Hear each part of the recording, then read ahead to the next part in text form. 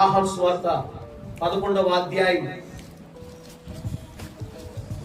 39-40 వచ్చినారు.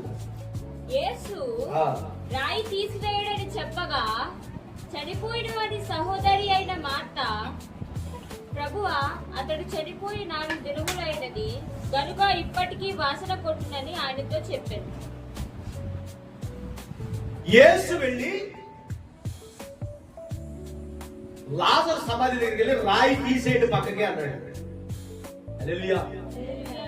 రాయి తీసేయండి అనగానే లాజరు అక్క మార్త ఏమంటుందంటే, ప్రభువా, అతడు చనిపోయి 4 రోజులు అయింది కనుక ఇప్పటికి ఏం చేస్తాడు, వాసన కొట్టునని ఆయనతో చెప్పాను. దీని అర్థమేంటో తెలుసా? రాయి అవిశ్వాసాన్ని సూచిస్తా ఉంది. దేని సూచిస్తా ఉందండి? అవిశ్వాసం. రాయి తీయమన్నవాడు ఎవడండి? సోది చెప్తాదేంటి మరి ఇవిడి? ఏం మాట్లాడుతుంది ఇవిడి?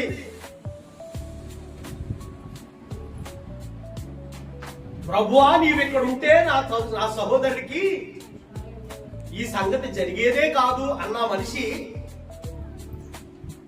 చనిపోయినా గానీ నా ప్రభు బ్రతికించగలడనే విశ్వాసం లేదు. మళ్ళీ ఏం చెప్తుంది సార్? ఆయన తెలియదు మరి.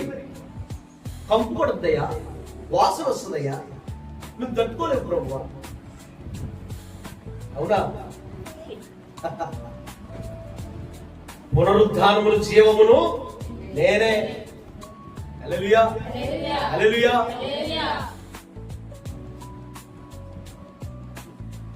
నువ్వు నమ్మితే దేవుని మహిమను చూస్తావు అన్నాడు. అంటే ఆమె నమ్మలేదు కదా అక్కడ. నువ్వు నమ్మితే దేవుని మహిమను చూస్తావు అన్నాడు.